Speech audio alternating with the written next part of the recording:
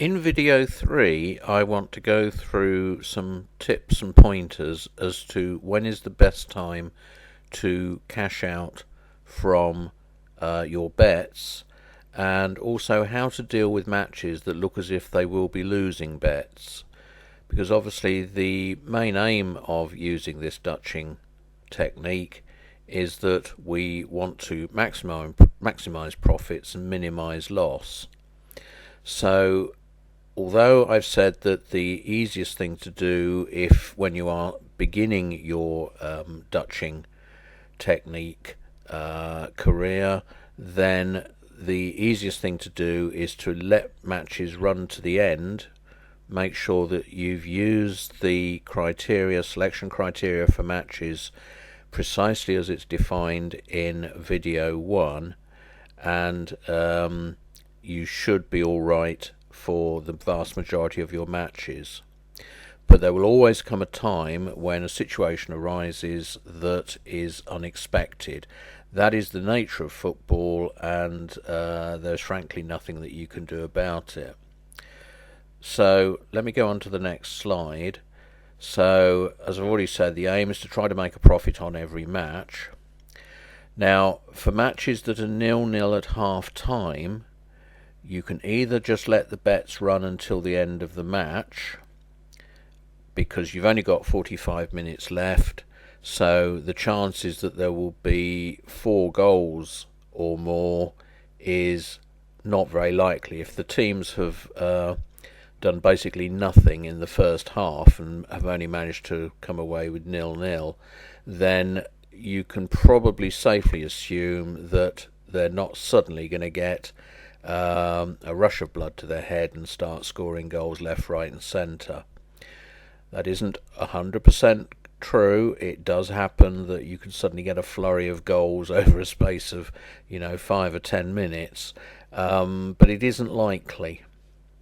Okay, but what you can do is with those matches is that if you think there might be a risk that there's going to be a flood of goals in the second half, then you can cash out at half time, because you will find that you are in a profit situation. You'll be able to cash out for a profit on the under 3.5 bet, and that will more than cover the loss that you'll make on the correct score market. Obviously what you could do is to just allow the bet to run, and let's say halfway through the second half you could cash out. You can cash out of any of these markets at any time that you like. The key thing is that the cash out figure that you end up with should at least be a profit. Now, what I'll be doing in other videos that will be added to this site is showing you example matches. It's not possible for me to produce a video that shows all possible examples of how matches can go. That is just impossible. So as matches occur, as I record matches that I'm betting on, then any that are very interesting and show you how I've handled a particular situation, then I'll be placing them onto this site, and you will have access to them without any problems. So you can study those videos and get a better feel for how you should deal with the way some matches go. It's also something that you will build up with time and experience. As with all these things, don't expect to be 100% perfect from the start. There is a learning curve, so don't be surprised if you do have a few losers early on. The thing to bear in mind is, if you've taken notes on the Dutching selection sheet that I provided, then you can look back and you can work out probably what is the action you should have taken and when you should have taken it in those matches. Once you've done that, then you will learn an awful lot about how to deal with matches that appear similar in the future.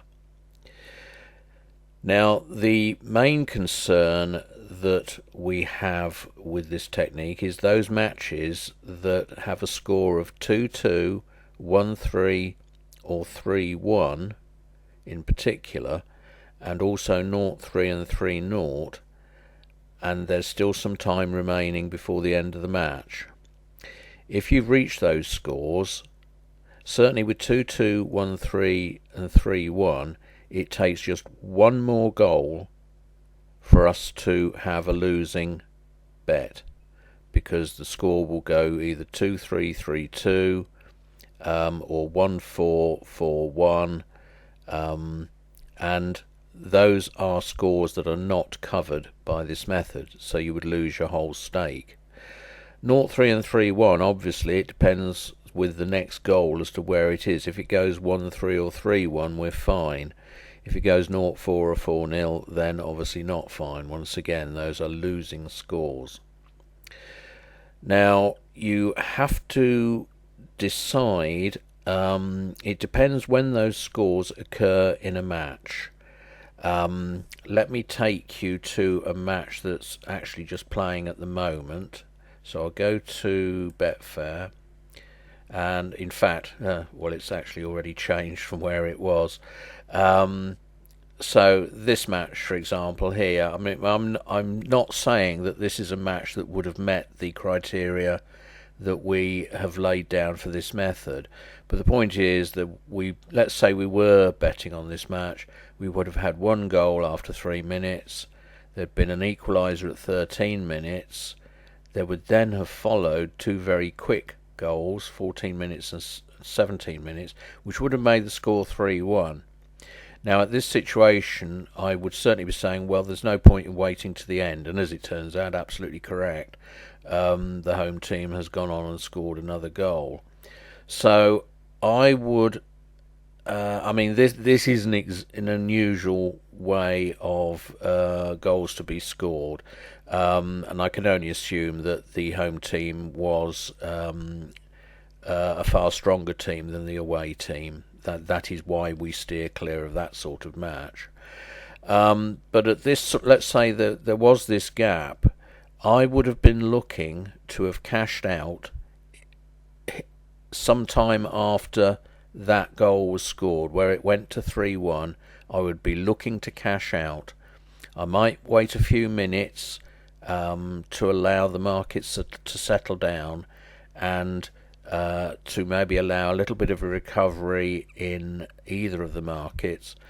But the aim is, at that stage, it's a situation where you are unlikely to finish the rest of the match. I mean, here, that's 17 minutes. You've got another, 73 minutes to the end of the 90 minutes. So there's a lot of time for at least one more goal to be scored. So the chances of losing there would be very high, losing the whole stake. So if you can cash out and not lose the whole stake, but lose some of it, then that is a sensible thing to do. Now, in the example matches that I'll be showing in other videos on this site, then I'll be showing you what you need to do. If it depends where you are in a match as to what action to take, because sometimes it can be that you think there is a risk that there will, say, be 2 goals going to be scored. Sometimes I will take action before we actually reach, let me go back to the slide, before we actually reach the 1-3 or 3-1. If it looks as if one team is actually going to go on and score a lot of goals, I might take action when the score is 2-1. And then I might be looking at, can I cash out for a small profit, because I'd far rather have a profit than a loss. Or if let's say we do get to a situation where the score is 3-1, but the goals had been fairly well spaced out, it might be a case that I'm prepared to risk going on for maybe another 10-15 minutes. Certainly if it's towards the end of the match, that's the time when the odds are going to be moving at their fastest rate, changing at their fastest rate. So you can find that a loss that was maybe £6-7 if you were to cash out on both markets can move down to being only maybe £1, £2, £3. At that situation, I would take the £3 loss, say, because I know that with one good match, I can then recover the vast majority of that loss. So it isn't as if I'm trying to recover, let's say, as I've got at the moment, sort of a £50 stake. So far with using this method, I have not had a single bet where I have lost my entire stake. I think the worst figure I've had is about £3, £3 or £4, and overall I am making a good profit from these matches. So I think that's about all that I can say in this video. As I say, you need to look at the example match videos that are below on this site and go through them, and you'll see an awful lot of different types of match and how I handle them. So I hope that you have enjoyed these 3 videos explaining the method and how it can make you a nice steady profit. Over time, as your bank grows, then your stakes will increase, and obviously you'll be making more money per match. It doesn't take much to start making a decent income. I mean, you've seen that it's easy to make between £2 and £4 per match with a quite modest stake. You do 3 matches a day at that level, then you're looking at what, £6 to £12 a day. 30-day month, you're looking at £200 to £400 quite easily. And obviously over time your bank will grow and you'll be able to go on with bigger stakes. So thank you for watching these videos, and there are going to be other Dutching methods released, so do keep your eyes open to see those.